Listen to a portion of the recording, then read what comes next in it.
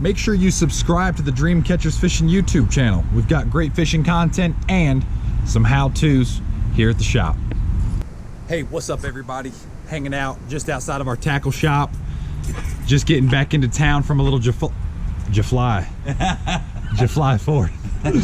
Our July, I'm feeling pretty July 4th holiday.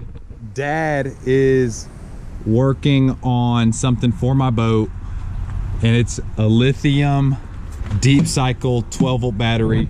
The deal is the Garmin's eat up a ton of electricity throughout the day, especially when you're running a GoPro, you're running 2 units, you got just everything rocking and rolling with it. I'm having just a standard interstate deep cycle cranking battery, just it's losing power. I'm having a hard time cranking my motor and everything. So today, Big Mike, this dude Studley over here, is gonna be installing it. I'm gonna be helping, and by helping I mean videoing.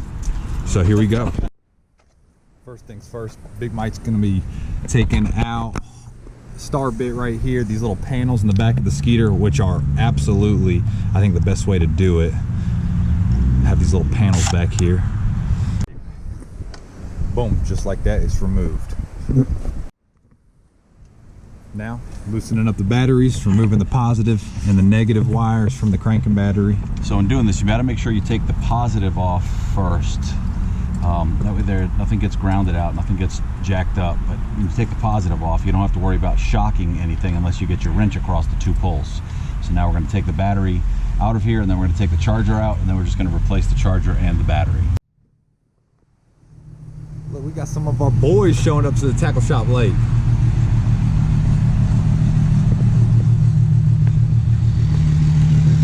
Talk to me, Crow. What are you into? What had happened? We were fishing a tournament on June last and this, and the trolling motor died. So Craig brought us this, and now we're going back to finish the tournament. That's awesome. Battery troubles for everybody. All right, so we had to take out the trolling motor battery there, and then took out the cranking battery, the interstate cranking battery.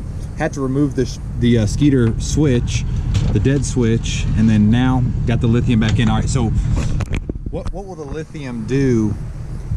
You know, I guess it just makes it more efficient all around for power poles, everything. What's this one? What's special with it? So one thing about a deep cycle battery is, if you think of the chain or the distance that power works, right? Here is full power, here is no power, right?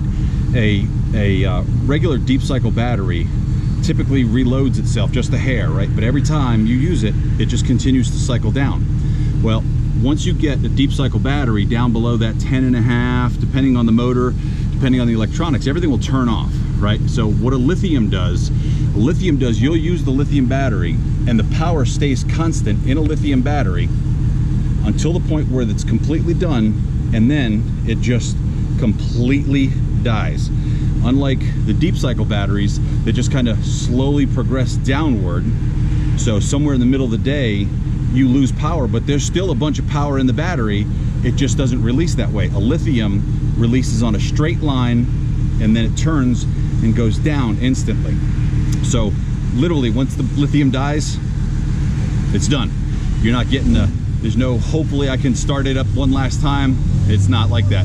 Lithium goes and goes and goes, and then literally just dies. Deep cycles just kind of die as the course of the day goes on. And so when my power poles are running slow, or when my GoPro's not charging, or for instance, my Garmin's going out and saying connection lost, yep, this is going to eliminate that problem. This should eliminate that problem completely. You know, I'm hoping that you'll be able to get 2 full days out of your lithium, as opposed to right now you're getting about a half a day out of your deep cycle. Big time. It's an expensive battery. Very expensive battery. $1,000. But $1,200. Oh, $1,200. It was $1,230 bucks for the battery. So now Big Mike is taking out the 4-bank Minn Kota charger that came with the boat. This charger will charge your normal wet cell, and what's the other one? AGMs. AGM batteries, but the Minn Kota 4-bank cannot charge the lithiums. So we've got a lithium charger right there that's going to be going in, that's going to charge that one, and that lithium can charge normal deep cycle wet cells and AGMs. Just that charger can't charge lithium, so we got to switch chargers out, and then this boat hopefully will be foolproof.